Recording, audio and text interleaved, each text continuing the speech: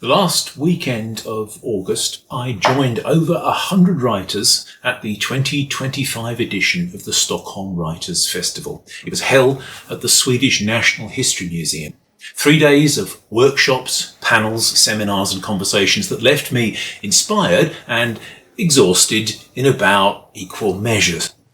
I kept a video diary which rambles rather. This, despite its length, is a much abbreviated version. If you knew how much I'd cut, you'd thank me.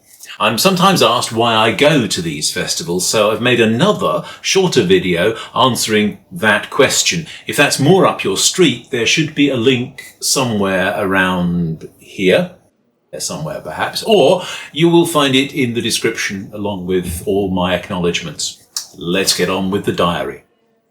It is just about 11:10 in the morning of Friday the 29th of August, and I am sitting in a room in the hostel at Zinkensdamm, where I'm staying over the weekend now. What am I doing in Stockholm this weekend? Well, the reason I'm here is to take part in the Stockholm Writers Festival 2025 edition. Last year, when I was here for the 2024 edition, I had the fortune to be able to stay in the partner hotel, a boutique hotel near to the venue. But this year, we're back to economics, and I'm staying at Zinkensdamm. Zinkensdamm is great, but the toilet and the shower are out the end of the corridor here, and you share it with all sorts of other people, including this year, this weekend appears apparently a very large contingent of German school children who are not in this wing, they're over there, but we did meet up at breakfast. The festival this year is going to take place from about midday today through until the end of the day on Sunday. I'll be staying here another night and then travelling home on Monday. I'm thinking about walking in. Maybe that's foolish, I don't know. The walk into town yesterday was not a good idea, except to begin with.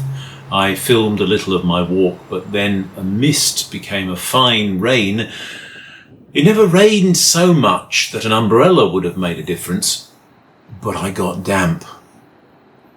Stockholm is a city built on islands, some of them quite steep, and there's a lot of climbing up and down and many bridges to find to cross the water.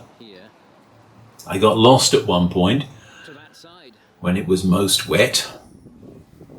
Towards the end, I was not feeling very cheerful, but I found my way to the venue, and the venue is fantastic. It is the Swedish National History Museum, and there are lots of Vikings. There are lots of pre- and post-Vikings, and there's gold. There is a lot of gold. Okay, so my first session was an intensive with an English author, Mike Gayle. He's the author of, I think it's 19 and counting books. Very impressive. The intensive session we had with Mike was very good as a starter for the whole festival. I think the things that I found most interesting were the writing exercises that we had. Certainly the brainstorm exercise with the whole group coming up with ideas for a story was brilliant. Very, very great fun. By that time, most of the people who were attending had registered, even if they weren't going to one of the early intensive exercises. And we were all in the great Baroque Hall of the Historical Museum, wonderful place. And Catherine Pettersson welcomed us. And Catherine is the fire soul of the conference. That's a direct translation of the Swedish eldsjäl. Basically, she is the creator and the driving force behind the conference. We had a presentation of the winners of the First 5 Pages Award. This is something which the festival runs every year. Every year they get more and more people writing in and sending in their first 5 pages, and then there's a winnowing process, and then finally the judges pick out the top 3. The people who run the festival look for different ways to try and bring people in, to get people to talk to one another. And this year we have a bingo sheet. There you go. I'll show you mine there. And the idea is that you've got, 25 different possible things to look for. You've got to find a person to put into each box, and a different person in each box. So it's 25 people you have to talk to. And then you can also write out their contact details and get in touch with them in some way. I have 7 new contacts on Instagram, I think, there. I've even got someone on TikTok. So that's that. Well, that was the end of the day, but festivities continued. We went to a pub called the Oliver Twist, which is actually on my way back here to the hostel. I am still in my hostel room. I had thought I would take you out and record some of this out and about in Stockholm, but I don't feel comfortable filming myself in this weather. So here we are. To avoid the rain and get in on time, I took myself into the festival yesterday via the Metro system.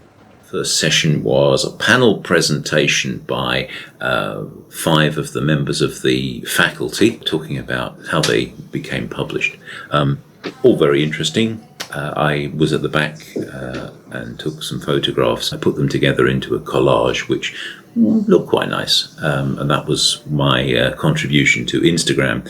The first breakout session for the festival, I was in a room with a few other people working on poetry with Mirjam Frosth. We did something called Blackout poetry, where you take a page and you find a poem within the language of the page. So I found this poem here.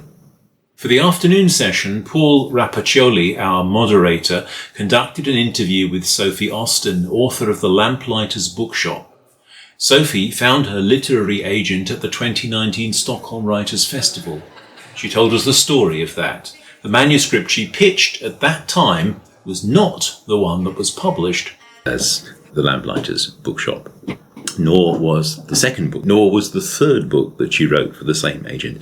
The Lamplighters Bookshop was in fact the 4th book that she wrote with this agent, and finally the agent was able to place it, and now she has a sequel that's coming out that she had a contract to produce. Later in the day, I had a meeting with a literary agent, a man called John Barker, and it's only the second meeting I've ever had with a literary agent. I was quite calm about it up till about 20 minutes before, and then I started to get really panicked. I had to go out and walk around in the courtyard and breathe deeply for a little bit.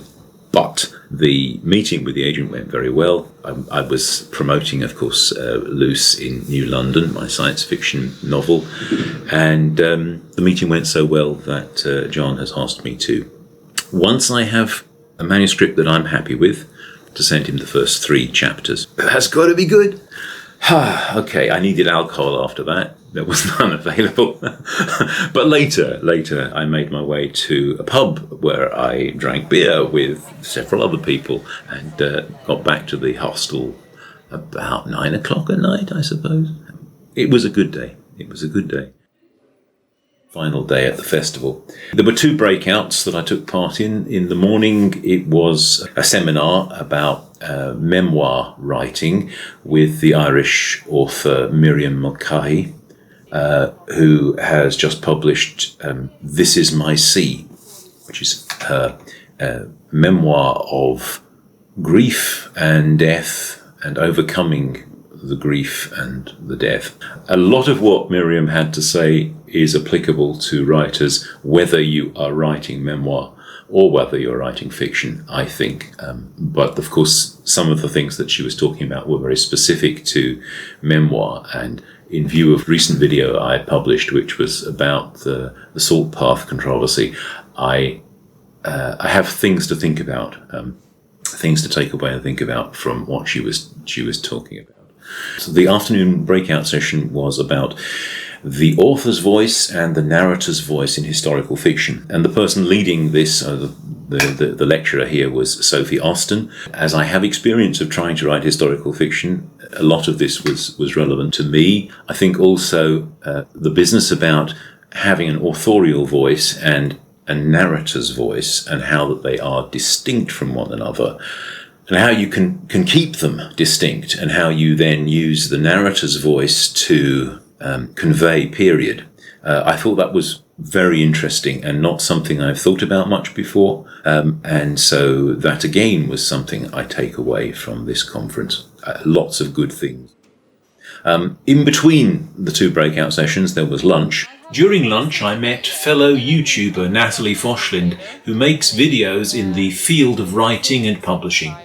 We talked about the difficulties of making videos when one is doing it solo, and about maybe bringing interviews into our future videos. The thing that concluded the whole day was Literary Idol. This is something the festival runs every year. Everybody who wants to take part has to leave the first page of their story or novel anonymously in a box. The pages are picked out at random, and Paul Rapacioli reads them for 1 minute, timed. While he's reading, 3 literary agents sit on stage. The idea is that they raise a hand at the point at which, had that piece come across their desk, they would have stopped reading. If 2 of them raise a hand before the end of the minute, he stops. Otherwise, he reads to the end of the minute. Then there is applause for whoever's page was read, and the agents comment on what they heard, why they raised their hands, if they raised their hands, and what they thought about the text. In a nutshell, I can say that some years these literary idols have been, I think, bruising. But this one was very good, and I'm not just saying that because my piece was read and was nicely accepted. My first page was read. I passed the 1 minute mark to applause, with no hands raised, and my scene description was described as cinematic, which I think is good. Generally, I think this was very successful, not just from my point of view, but I think the literary agents were kind. They were nice people. They were interested. They were not out to hurt anyone. All in all, it was a great festival. I'm very happy with it. I think the people who organised it were also happy, possibly because it was over. But I understand that they will start organising next year's immediately, as from today. So if anyone has seen this video and is inspired to come along to the Stockholm Writers Festival next year because of my presentation here, very good. Look forward to seeing you. I expect that I will be there. Well, I brought this video in at just about 1/4 of the length it started out. I could probably cut a bit more if I made another pass, but I will never publish it if I keep on editing it, which is another lesson learned. As I mentioned at the beginning, I've hived off a discussion about why I think writers ought to go to live events like the SWF. That's a shorter, separate video which you are welcome to view if you like. There'll be a link somewhere around about here or in the description. If you view it, you will recognise some of the same footage. Probably, though, you've had enough, so I'll say thanks for watching and cheerio until next time.